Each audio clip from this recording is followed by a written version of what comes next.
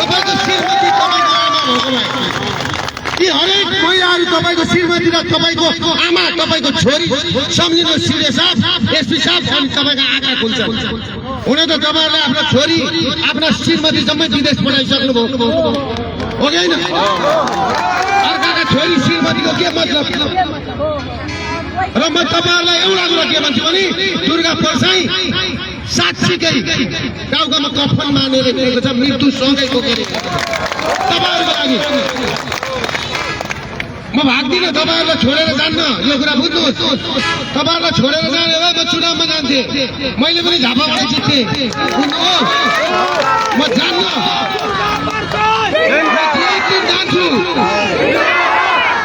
म जान्छु चुनावमा यो देशमा हिन्दू राष्ट्र र राष्ट्र संस्था कायम गरेर चुनावमा जान्छु अनि लड्छु तिमीहरू को कोसँग लड्नुपर्छ त्यहाँ गएर लड्छु तपाईहरुलाई मुक्ति गराएर लड्छु तपाईहरुलाई मुक्ति गराएर तपाईहरुले के बुझ्नुहोस् भने नि तपाईहरुलाई मुक्ति नगराइकिन अब यहाँ चुनाव हुँदैन यदि जबरजस्ती चुनाव गरियो भने अर्को विद्रोह जन्मियो सुन्दा हुन्छ बुझ्दा हुन्छ अर्को विद्रोह जन्मियो हामीले पनि विद्रोहको बिरुवा पहिल्यैदेखि रोपेको र राजा हिन्दू अधिराज्य र लघु विकास सहकारी मिटर ब्याज मुद्दा भन्नलाई संसार गर्ने चुनाव गर्छौ तपाईहरुको लागि म छोडिन तयार छु तर तपाईहरु सडकमा आगो बाल्न तयार हुनुहुन्छ तपाईहरु सडकमा आगो बाल्न तयार हुनुहुन्छ कि हुनुहुँदैन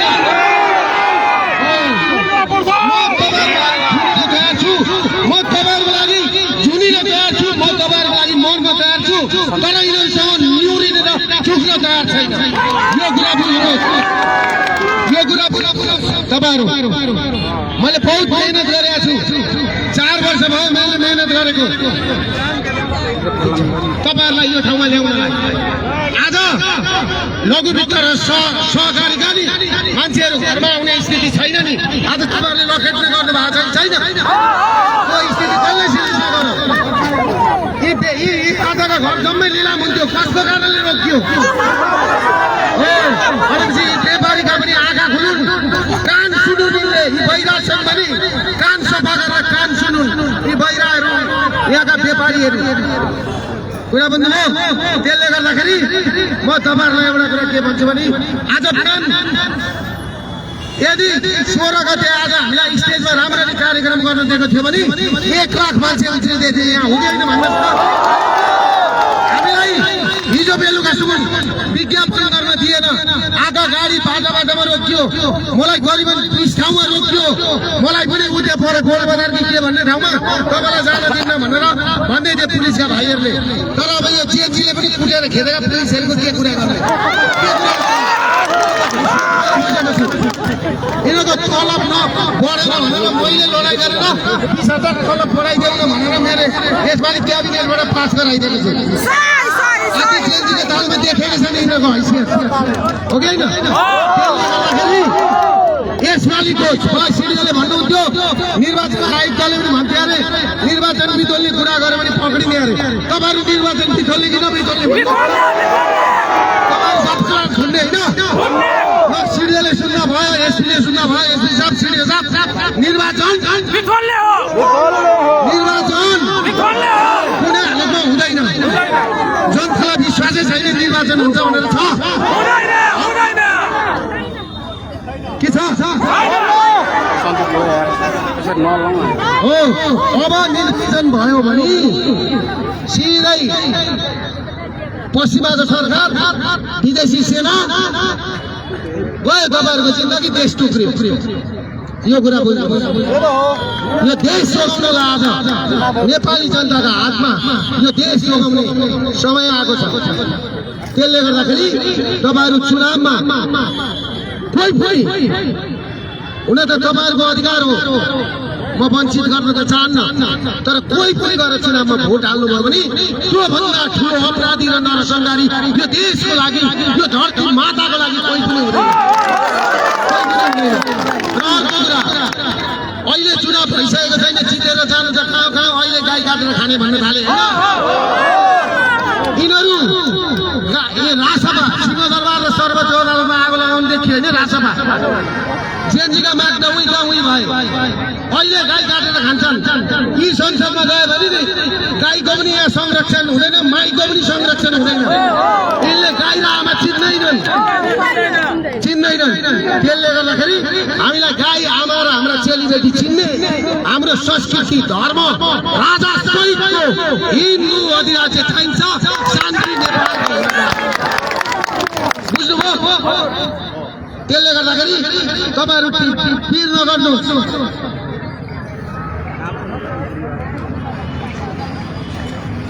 म त यसै मर्ने हो क्यान्सर मोक्ष मलाई म त कतिखेर खेल्छु मलाई थाहा छैन तर म जतिको बोल्ने मान्छे तपाईहरुको बीचमा बोल्ने मान्छे अब अर्को जन्मिँदैन कुरा भन्नुभयो के देख्नुभयो अर्काका गाडी चढेर मालबाडी भन्ने मारबाडीका गाडी चढेर नयाँ नयाँ गाडी फेरेर अहिलेदेखि प्रधानमन्त्रीको सुविधा दिएको छ अहिलेदेखि अनि हामी कार्यक्रम गर्छौँ भन्दा हामीले बाटोमा उभिनु पर्यो हामीले बाटोमा उभिनु पर्यो हेर्नुहोस् त देश करप्ट भइसकेको छ दाजु देश कसले चलाएको छ बुझ्नुभयो तपाईहरुको बोल्दिने को अनि गरिबको सालानी बोल्दिने को छ र भन्ने गरिबको बोल्दिने दुर्गा प्रसाद छ कुरा बुझ्यो हो के त्यसले गर्दाखेरि मलाई पक्रेर जतिखेर पनि धुन्छन् मलाई जतिखेर पनि यिनले मार्नलाई एटेम्प गर्छन् म मर्दिन तयार छु मैले भने नि म ठुडिन तयार छु तर तपाईहरुबाट म भाग्दिन तपाईहरुलाई मुक्ति गराएर मात्रै म बिदा लिन्छु मैले तपाईहरुबाट एउटै चीज खोजेको मैले कुनै प्रधानमन्त्री खोजेको होइन सांसद खोजेको होइन म मरे भने तपाईहरुले सरदारले एक थोपा आँसु झार्दिनु भयो भने मलाई पुग्छ त्यतिको लागि मात्र मैले यति मेहनत गरेको अरू मलाई केही चाहिँदैन र धेरै दुःख पाएर आज लान बजार आइपुगे अब 19 गते चितवनमा पनि यस्तै गरेर ढलाएको छ त्यहाँ पनि हामी सडकमै कार्यक्रम गर्छौँ वीरगञ्जमा 24 गते त्यहाँको सिडे साहब स्वीकृति दिनुभएको छ अब यहाँ घुमायो भने अर्कै कुरो हो त्यहाँ पनि त्यस्तै हुन्छ र मधेस जागेको भन्ने कुरो मैले बुझेँ र नेपालभरि अहिले बुझ्दाखेरि 80% नागरिक र दलहरूलाई चुनाव चाहिएको छैन चुनाव चाहिएको छ भन्नुहोस् त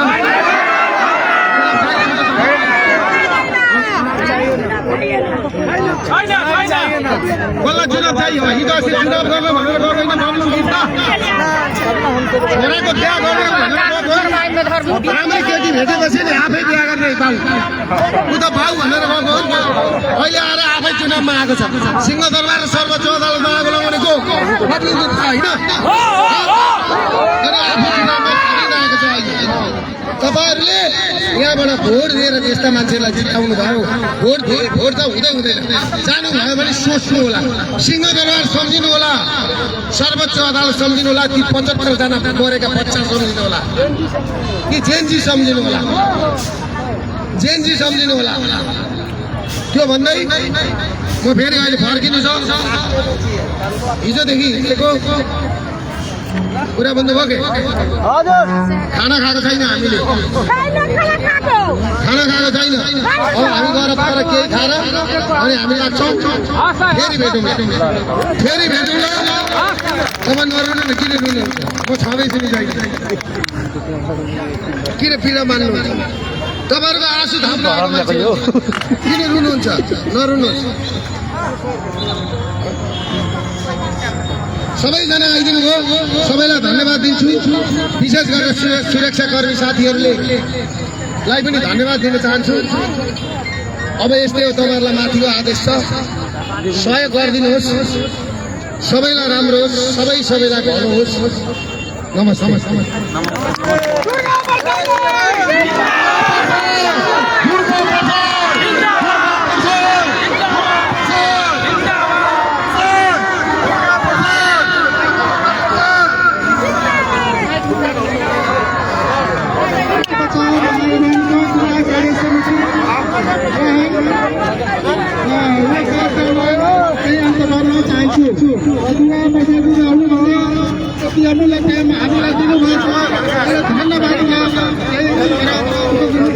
धन्यवाद अगाडिमा जान्छु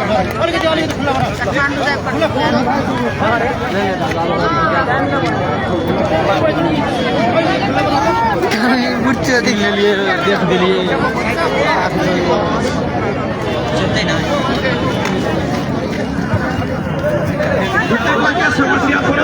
महाअभियान के ऑफिस में देख लीजिएगा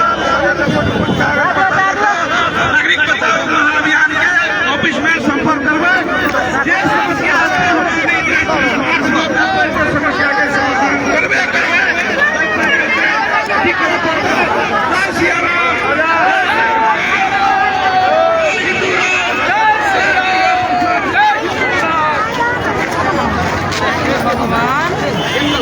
करवे पूरे से सब कुछ